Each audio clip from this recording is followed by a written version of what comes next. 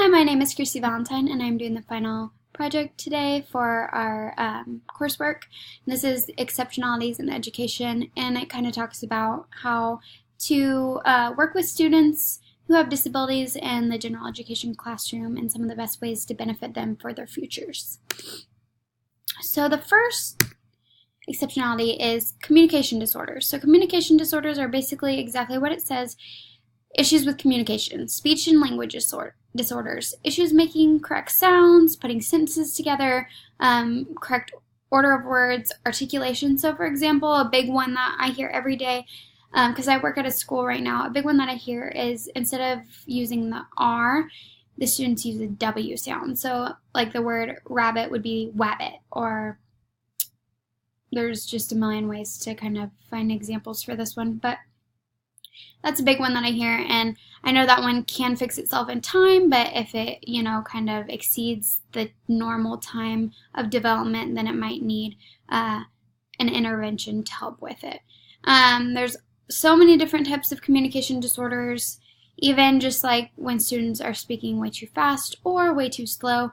Those are all things that we want to look for in communications, and we want to help students or intervene to make sure they're being able to communicate the way they feel is most appropriate and comfortable. So using the Universal Design for Learning, using audio and text formats in assignments and testing is a great way for communication to be a lot easier from student to teacher. Also using graphic organizers is a big one they talked about in the textbook. It's a great way to organize information for students who have issues with communicating. Also to find synonyms or different words that are related to words that are difficult for them, or words that may be unfamiliar to them is huge, because they may not really know how to get across what they want to say in an appropriate way. So giving them another option is a great way for them to be able to communicate and make them more comfortable. Emotional and behavioral disorders are really big in schools today. A lot of these things have kind of come up within the last few years a lot more, like steadily increasing. So anxiety is a really big one. Anxiety has a lot of different parts to it. It can be generalized. There's phobias, PTSD if a student has gone through trauma, mood disorders, so a student can be really depressed or have a really elevated level of a mood. Bipolar, ODD, oppositional defiant disorder, student may be really, really disobedient, really, really defiant more often than not. So this is something that definitely would need an intervention. Also, students with these behaviors and emotions suffer in academics greatly. Actually, there's like a 52% dropout rate, so we really want to try to find interventions and ways to combat these emotions and behaviors in the educational environment, especially so that way they can, go forward in their future without feeling so, either anxious or depressed or having these feelings follow them into adulthood. So using the Universal Design for Learning, there was an app that they talked about called Kids Tools, and it's a self-regulation program that actually promotes, kids being able to self-regulate or learn how to problem solve their own issues, which I think is huge for students with emotional and behavioral disorders, to learn how to solve their own issues or their own behaviors, and not always having someone, disciplining them and, like going to the office for every single thing that's going wrong. Self-regulating materials or options would be the best for these students. Also, behavior plans are great. Incentives for doing a great job are great ways to, help students who are having behavioral issues or emotional issues for that matter. Attention deficit hyperactivity disorder, ADHD, is really big in society today. It's grown a lot within the recent years. We discussed that in a project a couple months ago. And there's three different types. Inattentive is less noticeable. The students lack a lot of motivation. They can't stay focused very well. They get distracted easily. But the hyperactive, impulsive type is a little bit more noticeable, because it's the students who are always on the go, who are interrupting, yelling, talking, always talking, just more of those noticeable behaviors that we might identify ADHD with. But most students who have ADHD are the combined type, so they have characteristics of both types, and they kind of display different types of characteristics at different times. Academics will suffer due to this disability, especially because they are lacking motivation, because they can't stay focused, they can't understand because they're not focused, and then productivity is lessened as well. So they might have problems processing their emotions, and they might be doing more risk-taking behavior. So classroom modifications are huge when it comes to ADHD. We want to put our students in a place where they feel safe and comfortable and not distracted. So whether that's in, the back of the room by themselves, or maybe they want to do an assignment in the hallway, either way, somewhere where they feel like they can get their work done. Note-taking and goal-making are huge for these students. We want to make attainable but challenging goals.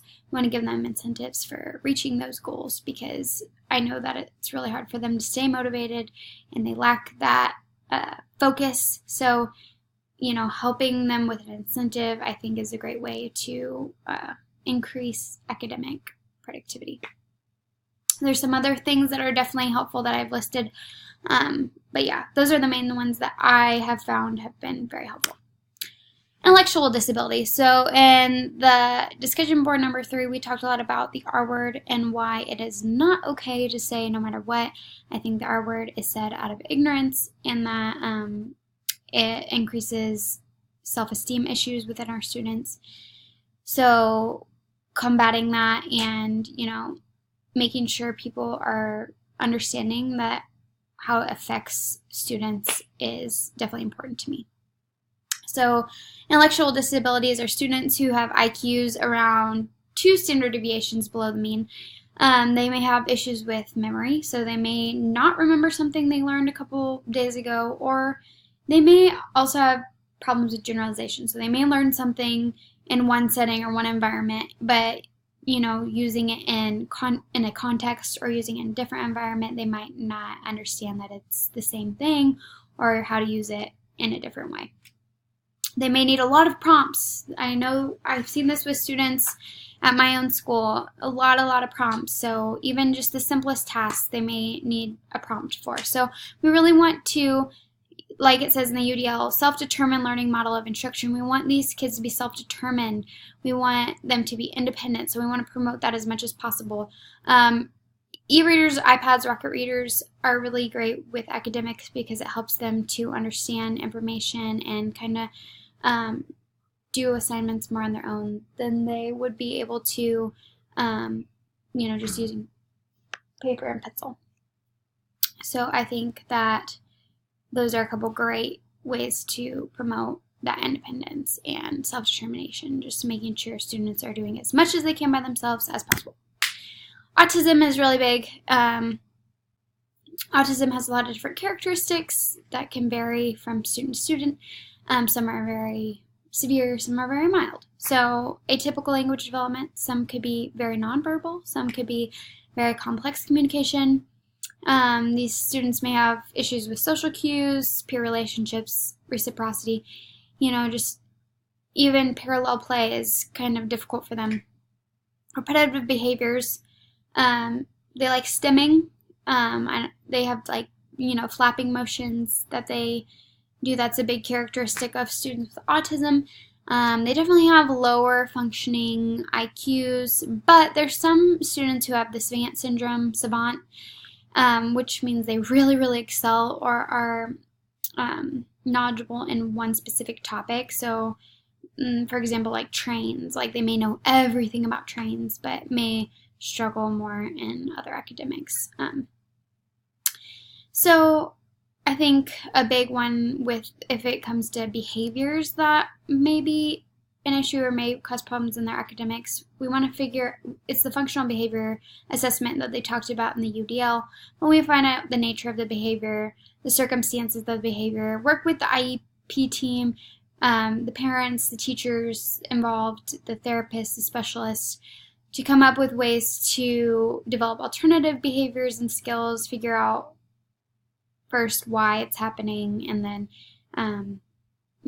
come up with different ways to combat the problem behavior for a new one. Memory strategy, so working on, all the time working on how to memorize things that might be important to them academically. Recognizing their emotions, assisting them with peer relationships, just making sure that they're having those relationships so they can kind of start to recognize social cues and gain social skills.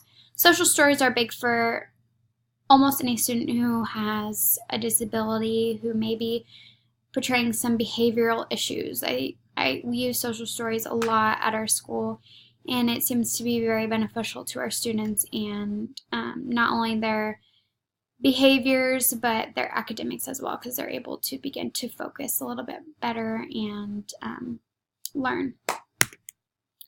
Physical disabilities, so these are huge when it comes to mobility and getting around, and we want to make sure our students are feeling comfortable and are able to get around and do what normal kids do. So we want to make sure we're providing them with modifications for movement and mobility, such as wheelchairs and railings. I know we have a student who has posture problems. She has cerebral palsy, so we have a slant board for her, so it's easier for her to see her work and not be hurting or in pain. Also, adaptive physical education is huge because it promotes the need for exercise, but in a way that is most comfortable for these students. Hearing loss can cause problems with speaking, reading, and writing. Some students can be completely deaf or just partially deaf. There needs to be use of a hearing aid or assistive hearing.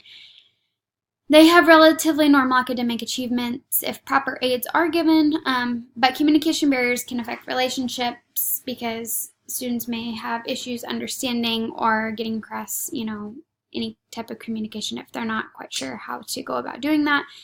Total communication, I think, is the biggest one. So using not only sign language, but an interpreter, speech language pathologist, lip reading, and sign language all together can help assist with communication. General education teachers need to work with, all different kinds of teachers, the para and the speech language pathologist, in order to come up with the best way to teach a lesson to the student.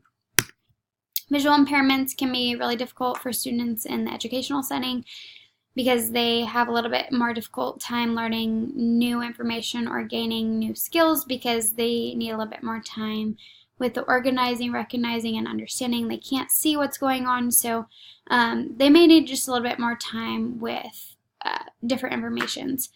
So providing experimental activities can promote those things that they're missing with like pictures or textbooks. We also want to encourage autonomy in these students. We want them to do as much as they can by themselves. We want to help with those daily living skills, and a lot of stuff may require hand over hand, so helping them with it ourselves until they can understand it. O&M skills should be focused on heavily. They may definitely need a cane or a guide dog to get around autonomously or independently, and that's important for them because that's where we want them to be in the future. So we just want them to be able to take that time to understand, so that way they can learn it on their own. So overall, I think we should always encourage inclusion within the general education classroom. I think it's become really big in the past and recent years, and I think that I'm very passionate about making sure students with disabilities feel comfortable. Their self-esteem is increasing because they feel like they are just like any other student. So yeah, inclusion promotes self-esteem, autonomy, goal setting, friendship, challenging information that leads to growing knowledge. We want them to feel this. I think differentiating instructions has a lot of different ideas and meanings, but I think tailoring lesson plans, giving students more or less time or different formats on an assignment, sending students in different places to keep them from getting distracted, sensory bins, classroom modifications, several other things can all be helpful. And one thing I believe is extremely important is to make sure to be in constant communication with the IEP team in order to create the best beneficial environment for our students. And that's all. Thank you.